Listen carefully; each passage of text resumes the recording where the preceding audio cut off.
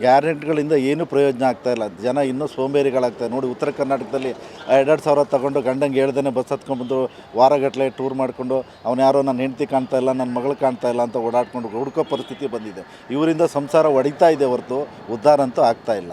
ಅವ್ರು ಸುಮ್ಮನೆ ಹೇಳ್ಬಿಟ್ಟ D K Shivakumar ಗಂಡನ ಮನೆಗೆ ಹೋಗುವಾಗ, ಮಾವನ ಮನೆಗೆ ಹೋಗುವಾಗ, ಹಾಸನಕ್ಕೆ ಹೋಗುವಾಗ ಒಳ್ಳೆ ಏನು ಹೋಗ್ತಾನೆ ಇರಲಿಲ್ಲ. ಇನ್ನು ಗೌರ್ಮೆಂಟ್ ಬಿಟ್ಟ ಮೇಲೆ ಹೋಗ್ತಾರೆ. ಅಲ್ಲಿವರೆಗೆ ತವ್ರ ಮನೆಗೆ ಯಾರು ಹೋಗ್ತಾನಿಲ್ಲ. ಡೈಲಾಗ್ ಹೊಡ್ಕೊಂಬಿಟ್ರು. ಆ ಡೈಲಾಗ್ ಇವಾಗ ಸಾಧನೆ ಮಾಡೋಕ್ಕಾಗ್ತಾ ಇಲ್ಲ, ಆ ದುಡ್ಡು ಕೊಡೋಕ್ಕಾಗ್ತಾ ಇಲ್ಲ. ಜನಗಳನ್ನ ತಗ್ಸ್ತಾ ಇದ್ದಾರೆ.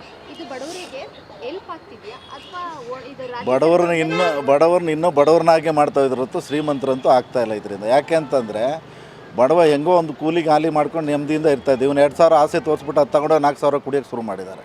ಹೌದಲ್ಲ? ಅದೊಂದು ಪ್ರಾಬ್ಲಮ್ ಆಗ್ತದೆ.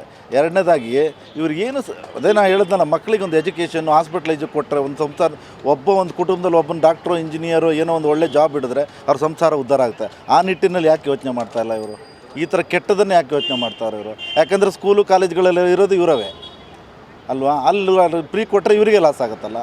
ಸ್ಕೂಲು ಕಾಲೇಜು ಏನೇನು ಈ ಸಂಸ್ಥೆಗಳು ಇನ್ಸ್ಟಿಟ್ಯೂಷನ್ ಇರೋ ಇವೆಲ್ಲ ಇವರವೇ ಇರೋದ್ರಿಂದ ಅದನ್ನ ಫ್ರೀ ಕೊಡೋಕ್ಕಾಗ್ತಾಯಿಲ್ಲ. ಬೇಡ ಬಿಟ್ಟು 2,000 ಕೊಡೋದು, ಅಲ್ಲಿ ಡ್ರಿಂಕ್ಸ್ ಜಾಸ್ತಿ ಮಾಡೋದು, ಸಿಗರೇಟ್ ರೇಟ್ ಜಾಸ್ತಿ ಮಾಡೋದು, ಅಲ್ಲೋಗಿ ಈ 2,000ಕ್ಕೆ 10,000 ವಸೂಲಿ ಮಾಡ್ಕೋತಾರೆ. ಅದೇ ಅವ್ರ ಉಪಯೋಗ, ಬೇರೆ ಏನು ಉಪಯೋಗ ಆಗ್ತದೆ?